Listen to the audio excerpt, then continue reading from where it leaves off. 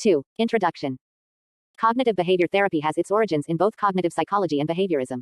The cognitive component focuses on the effects of thoughts on behavior, with rigorous emphasis on methodology and performance. A brief historical sketch has been provided by Arnkoff and Glass, 1992. When the behavior therapy was in its prime, these approaches were initiated. In the 1950s, Ellis developed the rational therapy, that later became rational emotive therapy, RET, and now called as rational emotive behavior therapy, REBT. This was so called as the approach always focused on the reciprocal interaction among cognition, emotion, and behavior. In the 1960s, the behavior therapy began to broaden to include cognitions as legitimate behavior that could be learned and modified. Mahoney, 1977, coined the term cognitive revolution to describe the new perspective, which recognized private events and interpersonal factors along with the importance of environmental variables. Further impetus to the cognitive approach came from Aaron Beck's cognitive therapy and Donald Meichenbaum's cognitive behavior modification. All cognitive approaches are based on a structured psychoeducational model. All these place importance on homework, and put responsibility on the client. The client has to take an active role both inside and outside therapy sessions. Aaron T. Beck was trained in psychoanalysis and he found Freud's approach lacking as he examined it in the early 1960s. Hence he developed cognitive therapy, CT, which was similar to Ellis's RET. The basic goal of CT is to understand the nature of an emotional episode or disturbance by focusing on the cognitive content of an individual's reaction to the upsetting event. The goal is to change the client's thinking by using automatic thoughts to reach the core schemata and begin to introduce the idea of scheme restructuring. 3. Basic concept cognitions and schemata. The thought-feeling-action model states an environmental stimuli or situation may trigger thoughts associated with a personal connotation. These thoughts in turn elicit physical and affective arousal emotions. These emotions, in turn, affect the thoughts by processing information and worsens the negative affect. Thus, the individual's behavioral responses to stimuli and thoughts are viewed as both a product and a cause of maladaptive cognitions.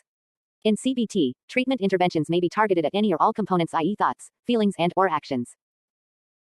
Psychology paper number 15, Clinical Psychology. Beck, 1967, coined the term negative cognitive triad to describe the content of automatic negative thoughts. Typically, automatic negative thoughts may be grouped by themes pertaining to 1. Self, 2. World, i.e., significant others or people in general, and 3. Future.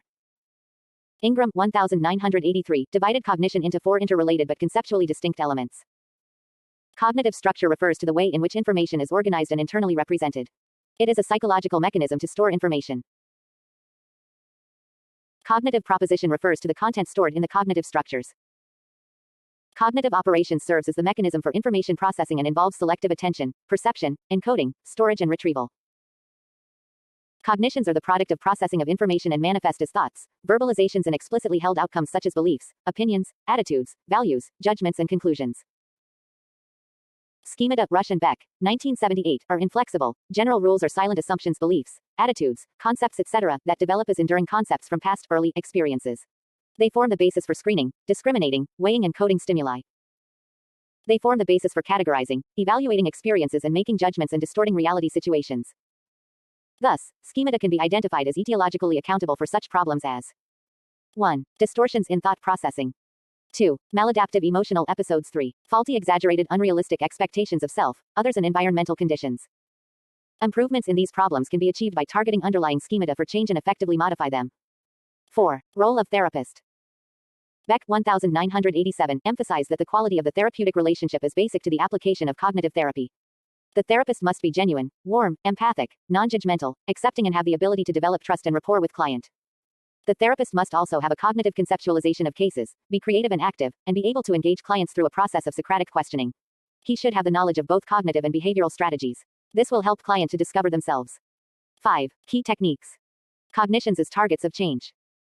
Cognitions, emotions and behaviors are viewed as interactive within a social, environmental context. Although cognitions do not cause dysfunction, they are. Psychology paper number 15, Clinical Psychology. Inherent part of it. Targets for change include both cognitive outcomes and processing. Beliefs.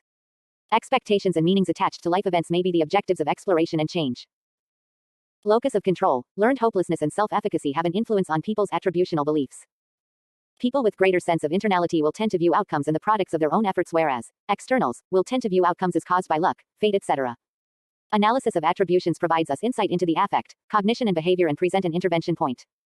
Negative attributions take many forms. Blaming places responsibility for feelings and outcomes on another. You make me feel mad, guilty. You are Leo, H has no willpower, he was born that way. Attributional style has been associated with a range of psychological problems and conditions. Cognitive distortions. Distortions in the information processing process can occur in many ways, such as absolutistic thinking. It is the tendency to view experiences in polarized manner such as good, bad, right, wrong, strong, weak. E.g., I am a complete incompetent, life's hell. This is dichotomous thinking or all or nothing thinking. Overgeneralization. Sick people draw a general rule or conclusion on the basis of one or more isolated incidents and apply the concept to related and unrelated situations. I am no good. Stores never have shoes of my size. Selective abstraction. It involves focusing on the negative in a situation, ignoring positive features. Arbitrary inference. Reaching to a negative inference when there is no evidence for it or it is vague, unclear, and circumstantial. There are two types of arbitrary inference. Mind reading. She thinks I am weak. I just know it. The boss doesn't like me. I am certain. Negative prediction. Imagining or anticipating negative, unpleasant consequences. I just know there will be a problem in this vacation. Magnification and minimization. It is an error in evaluating the significance or extent of a behavior, condition or events that are so extreme to constitute a distortion. Cognition. Behavior. Emotion. Psychology paper number 15, Clinical Psychology. Magnifying imperfections in them, minimizing talents. E.g., becoming extremely emotional or critical of one's errors. Personalization. It is an act of relating a negative event or situation to oneself without adequate causal evidence to make the connections. E.g., if I had been at home with Dad, I don't believe he would have had a heart attack. They are working on the road because I am running late for office. Key techniques. 1. Socratic questioning teaches the use of rationality and inductive reasoning to ascertain whether what is thought or felt is actually true. The therapist models the use of Socratic questioning and encourages the patient to start raising questions about the accuracy and validity of his or her thinking. 2. Imagery and role-playing. When imagery is used, the therapist sets the scene by asking the patient to visualize the situation that caused distress.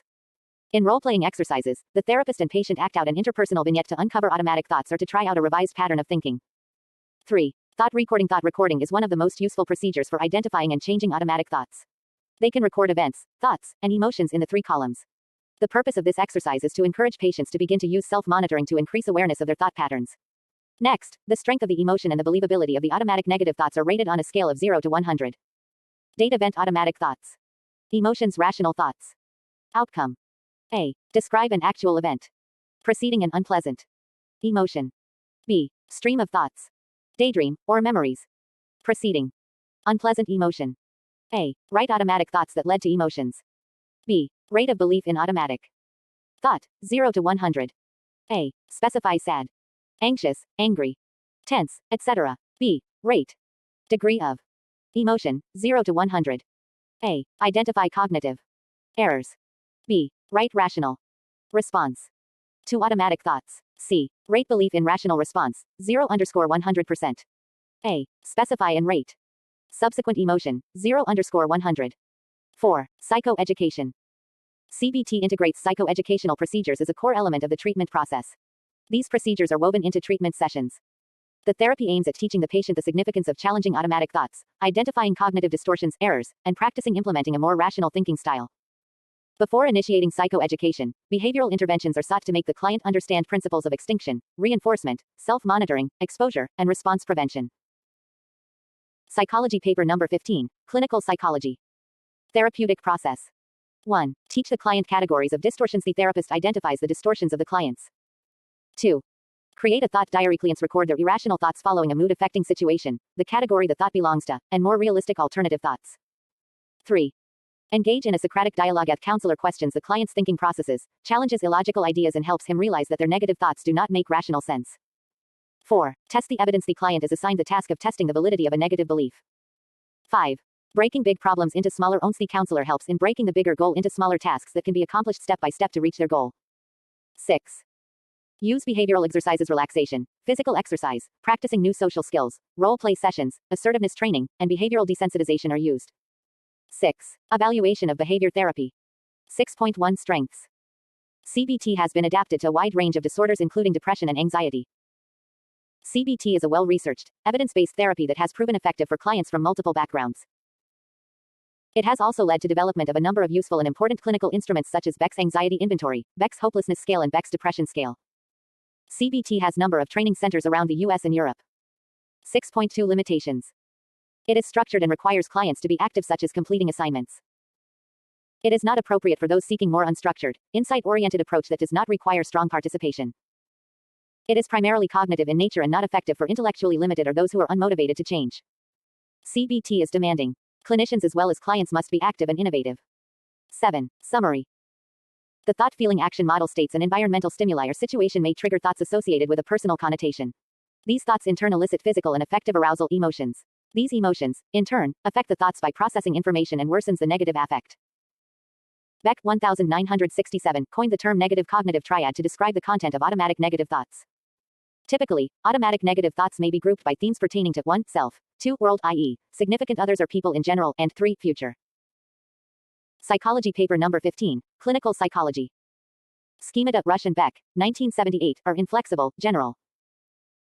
Rules are silent assumptions, beliefs, attitudes, concepts, etc., that develop as enduring concepts from past, early experiences. Cognitive distortions are errors in thinking resulting from previous beliefs, mental sets and schemas. Beck has identified many types of schemas such as all or nothing thinking, mind reading, catastrophizing, awfulizing, labeling, personalization, disqualifying the positive, magnification, fortune telling, abstraction, generalization. CBT is a well-researched, evidence-based therapy that has proven effective for clients from multiple backgrounds. CBT is not appropriate for those seeking more unstructured, insight-oriented approach that does not require strong participation.